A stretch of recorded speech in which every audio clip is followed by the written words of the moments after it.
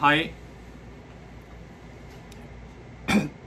good evening and welcome to the Daily Rambam Shiur, lesson number 104, the rules of Shchito from chapter 12 to 14 and the conclusion of Sefer Kedusho, the fifth book out of the 14 books of Yad HaChazoko.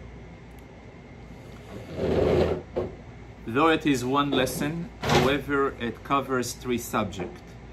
Those three subjects, though they are not related directly to the process of Shchito, nevertheless, they are associated or with the post-Shchito or with the preparation to the type of birds and animals that, though they are kosher, still there is an additional selection, or there is also the element of Shiluach HaKain, which is a separate issue altogether. There is one common thread that goes throughout all those three subjects that we are covering today, which some of the Tamei HaMitzvos, the author that's providing reasoning for the mitzvahs, are providing. Though that obviously the only way to consume meat is via the process of Shchito, but there is always a suspicion that the person, the professional who is involved in the Shchita, may develop a lack of sensitivity and even an element of cruelty. So in order to balance this type of nature that can be developed throughout his continuous involvement in the process of slaughtering, so the Torah provided a certain balance in order to instill the attribute, the character of Rachmanus, of being kind and merciful. So the first subject that is being covered in the first chapter of today's shiur is the issue of the Isur, prohibition of Oisoi ve'es bnoi. It is prohibited to slaughter an animal and its child at the same day. And according to the Chinuch, the Shorshei HaMitzvah, the roots of the mitzvah, that a person should pay attention of the fact that God Almighty is supervising and providing a very detailed hashgoche to the Baalei Chaim, and as well as we have mentioned before, that it is very important to instill within the heart of the person sensitivity towards the Baalei Chaim. So therefore a mother and its child should not be slaughtered at the same day. The details of the mitzvah. It doesn't matter whether a person will slaughter first the mother and then the child, or the opposite, the child and then the mother. Regardless, he will be violating a love that is associated with a malchus. However, when we're talking over here about three generations, a mother, its child, and its grandchild, it makes a big difference in what type of order a person went ahead and slaughtered them. If a person went ahead and slaughtered first the mother and then her child and then her grandchild, he will be exposed to two malchus, two punishments, since twice he has been violating the prohibition of Oisoi ve'es bnoi. However, if the person first slaughter the grandchild, or the opposite, first slaughter the first generation, the grandmother, and then he went ahead and slaughtered the grandchild, and then slaughter the mother, he will be exposed only to one violation, because the violation is only when there is a direct one generational gap as opposed to two generational gaps. There is a similar concept where a person went ahead and slaughtered first the mother and then he slaughtered two of her children, he will be exposed to two loving. However, if he first slaughtered the two children and then the mother, then he will be exposed only to one love. This ruling is only in a case of slaughtering. When it comes to any form of death that have occurred or by the child or by the mother, so then there is no exposure to the violation of Oisei Ves Bnoi. In fact, even when a person who is not mature, that according to halacha, if they have slaughtered privately without a supervision of a godel al gabo of an adult upon them, so therefore the shchita is considered an avelo. So if an individual went ahead and after the slaughter of acher shoyte vekoten, he slaughtered the mother or the son of the first slaughtered animal, he is going to be exempt because the first one was not a shchito. The shchito, in order to be qualified for the violation of Oisei Ves Bnoi. Another case, a person went ahead and he slaughtered for Avodah Zorah. So given the fact that Avodah Zorah is a very severe punishment, that the consequences is mischayev benafsho, it's a capital punishment. So therefore, according to the general rule of Komlei B'derabba Minei, when a person makes a violation that exposes him to two punishment, one of them is very severe and the other one is a lighter, so he will be exempt from the lighter one, although the severe not necessarily will be executed, just by the principle that he is mischayev benafshe, that he is being exposed to a capital punishment. There is a duty upon the seller, upon the person who actually sells the animals, to inform the buyers in those particular days that very likely that both the mother and the child will be slaughtered the same day, to inform the second buyer he should wait at least a period of 24 hours in order to go ahead and slaughter. What are those periods? It's only 3 times a year. It is in the eve of Yom Tov Ha'achron Shel Chag, which we call it today Hishaynu Rabo. It is the eve of Pesach, the eve of Atzeres, and also when there is a wedding, so he must to inform both the father of the chosen and the mother of the kalo, as well in case that both of them are purchasing separately the behemoths, that here is a case that very possible for them to be exposed to the prohibition of Oisei Ves Bnoi.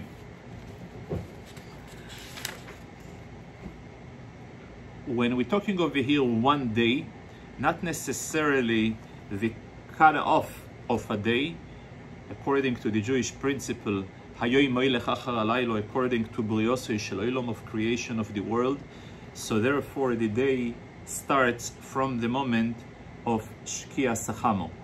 So for that reason, theoretically, if a person went ahead and he slaughtered the animal before Bein Hashmoshes, let's say of Thursday, so he wait about an hour after Tzeisak Chovim of Thursday, which is called the eve of Thursday, and can go ahead.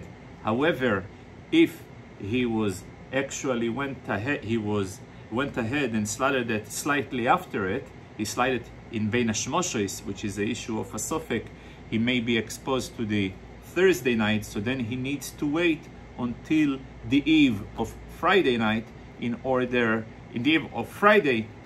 to go ahead and slaughter the second animal. So it is always the cutoff period is the Bein Hashmoshes.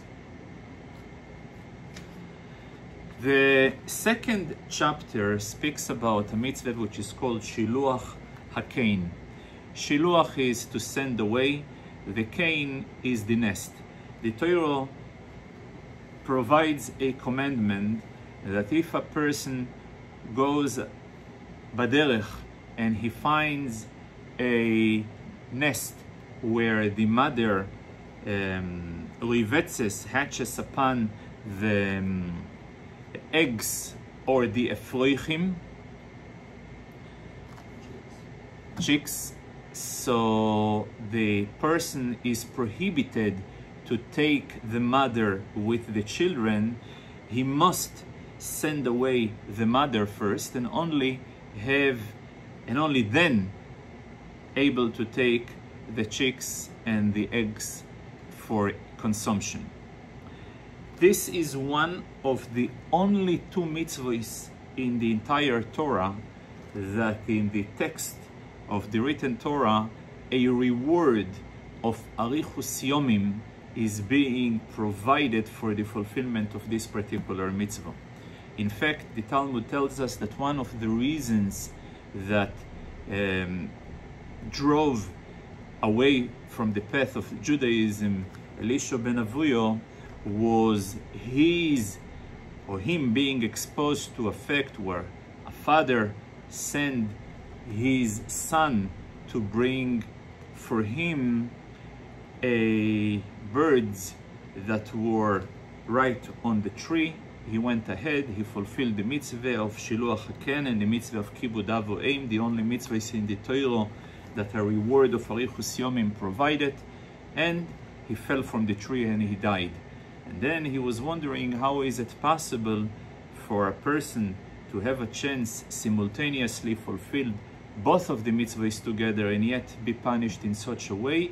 And therefore he drifted from the path of Yiddishkeit. The Gemara discusses later, had he knew the interpretation of Rabbi Eliezer ben Yaakov, that the Arichus Yomim is a reference to Yom Shekuloi Toiv V'Yom Shekuloi Oroich, which is a reference of the world to come, he would not end up the way he ended up. There is a very interesting halacha in regarding of tefillah. If a person adds throughout his prayer the following sentence, where he says, "You are so merciful, and you are merciful even to a nest of birds by you commanding us upon the mitzvah of Shiluach HaKein." So if he is proclaiming such a claim, he is being suspected as a heretic, and therefore he should not be continuing to daven in front of the Omud as a Shliach Tzibur. And the reason is given because the mitzvahs of the Torah is not to express the midos of God, is not only to display the attribute of God. Had it been only because of mercifulness, he would not permitted slaughter altogether. So obviously you cannot go and say that this is an expression, the mitzvah of Shiluach HaKein is an expression of mercifulness, because then you have a problem with shchita. However, according to the Ramban, it is still associated with mercifulness, but not an expression of his mercifulness, but rather an attempt to to refine our midos, to refine the midos of the human being, and therefore he was providing different mitzvahs that will train us and will lead to the final refinement of our character by being and practicing such mitzvahs. By the way, the Ramban provides a second reason as well for the mitzvah of Shiluach HaKein, which is the mitzvah of Binyan Ha'olam, continuation of the species, because had a person will be permitted to take the aim with the bonim, so then the danger for a termination of continuation of this species can take place, and for that reason, this is an added reason that was given. According to the Kabbalah, the Zohar and the Rabbeinu Bechaya quotes that the idea of Shiluach HaKain is in order to invoke by God Almighty when a mother experiences the experience when her children are being taken away from her, she's distanced from her children, so the cry and the sigh and the expression of pain she is providing, creating a wave of sensitivity, but God Almighty that echoes the entire solace and pain and agony that the children of God are going through the process of Golus, which this scream and this cry of the birds invokes by God Almighty this Rachmanus to take us out from Golus. This particular mitzvah is associated both with a positive commandments and a negative commandments. The negative commandments is subject as long as the person is capable to with a positive commandments. Does it mean if an individual for one reason he was not sending away the mother, and in fact the wings of the mother are still there and they are chopped, they are taken, and the bird cannot fly any longer. So as he gotta wait until the wings will grow, will develop, she should be able to fly again. Had she died before she had a chance to be sent again, so then this is already a situation where he was violating the love without a chance to rectify the violation by fulfilling the essay. And in such a case, then he will get the Malchus. If a person went ahead and he sent the yoino, he sent the bird and she came back, he needs to send her as long as it takes, even 4 or 5 times. However, after he sent her away, he still have a right later to capture her on his own, because the Torah provided the prohibition only when the children are around, when it's associated by him taking the children. But after he already took the children and placed them away, he has a right to go ahead and recapture the bird again. The condition to fulfill this mitzvah are the follows. It must be a bird, it must be a kosher bird, and it must be not a domesticated bird. And it must be such chickless,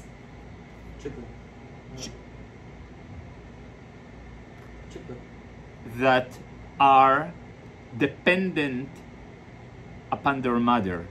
If they are capable to take care of themselves by themselves, so then the mitzvah is not relevant. The entire commitment for a person, the entire liability, is only when the chicklets are not capable to handle themselves. Also, it is very important to note that the entire mitzvah is only when she's actually upon the children. If she is hovering over them, so there is no violation by the person. However, on the other hand, the mitzvah is not only when she's hovering, when she's actually lays over them while they are on the ground or on the tree, but even when they are on the water, there is still a commitment for the person to fulfill the mitzvah. And the reason why the Torah spelled al ho'etz or al ha'oretz, because diber hakosuf behoive. Typically, always the Torah will select a very frequent, very familiar example. There is, however, one example when a person is not committed to fulfill this mitzvah, and this is when we're speaking over here about a bird who is a criminal. There is a case in the Torah, Shor HaNiskal. Sure, although the Torah again selected the case of an ox that harmed an individual and managed to kill him, so the halacha is that the shoir must be killed himself, but not necessarily a shoir, even a bird that was killing an individual, this bird must be killed. Now, if this bird happens to lay upon her children, so there is no mitzvah of shiluach hakein. In fact, he must keep her in order to bring her to Beis Din, that Beis Din will be soikel and will execute what needs to be done with this bird.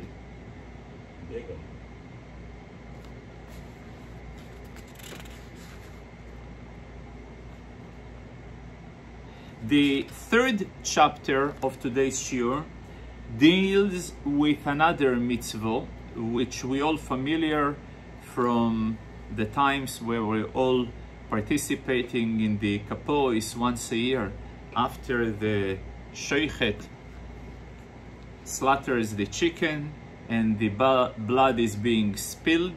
So each and every one has a chance to go and cover the blood with sand. And this is a mitzvah that is written, it's not a custom, it is a mitzvah d'oraisa, that even there is a few reasons that being provided by the Sefer HaChinuch. One reason, since the dam hu hanefesh, the blood represents the soul, so therefore, before you are about to consume the flesh of the bird that was just killed, you gotta hide it, because there is an element of cruelty similar to the cruelty of consuming Eiver min hachai. So similar, when Eiver min hachai is a mitzvah that is relevant to each and every member of society, regardless whether he's Jewish or not, and everybody agrees that this is associated with staying away from any form of cruelty. So similar to it, when the blood is spilled and the nefesh is exposed, there is an element of cruelty to continue to consume the flesh.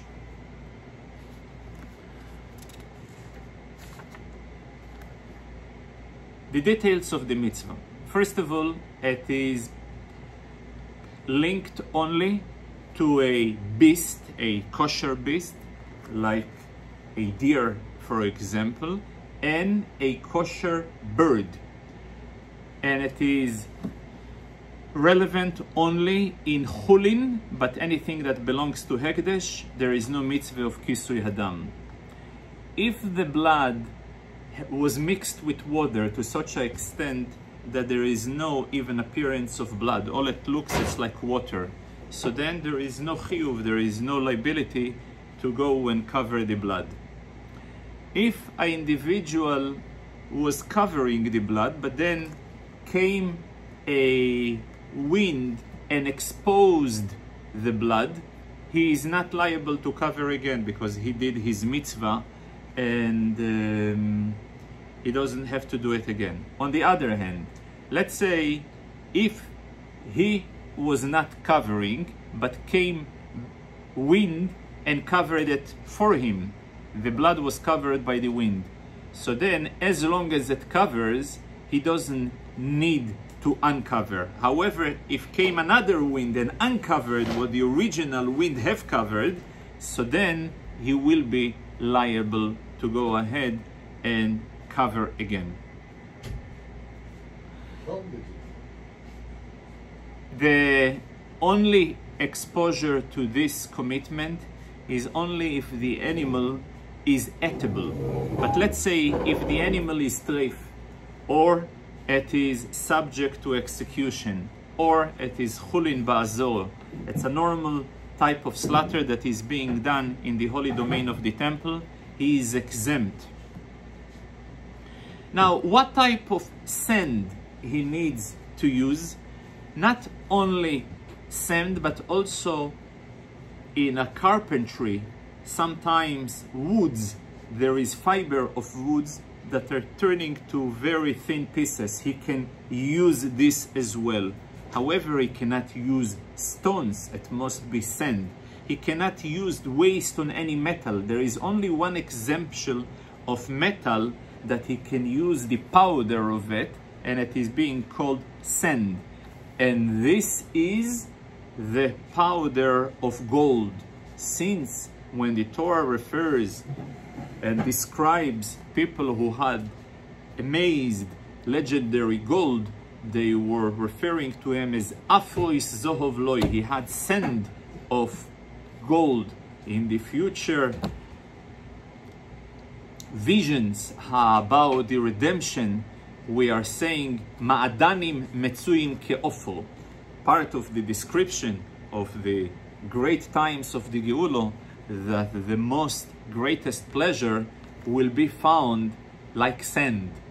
What is the idea of sand? Because, you know, for example, so one of the explanation that sand is also a reference to gold as well.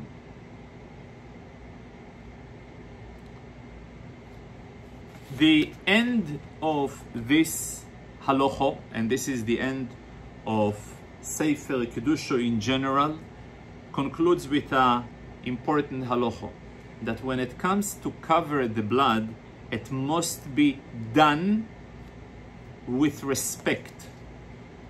And what is a respect? Or to do it with his own hand, or with an assistant of a knife. However, he should never do it with his feet, and should never do it with a disrespectful way, although the result seemingly the same. And the reason for it, because the respect in the honor is not just for the blood or for that particular situation, but this is an expression of respect to the one who commanded us to do those mitzvahs. And he commanded us we should not go in the darkness. And he made those mitzvahs as a candle in order to straighten our deeds. And this is something that really echoing what the Rebbe have said many times, was quoting the words of Chazal, Kabdu es ha-mitzvahs, honor the mitzvahs sheheim shluchoi, that they are the emissaries of God. So same way as an emissary, you're not respecting him for what he is, but you're representing the one who sends him. So the same way the mitzvah as well is representing over here a presence of godliness to us. Thank you very much, and a good Yom Tov, since we are concluding this Sefer.